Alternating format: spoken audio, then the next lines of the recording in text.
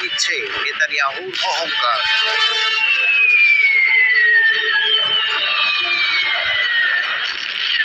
নতুন করে যুদ্ধের ইতিহাস লিখছে ইরান। ধ্বংস ছড়িয়ে পড়েছে ইসরায়েলের রামাত গান থেকে বেইরশেভা।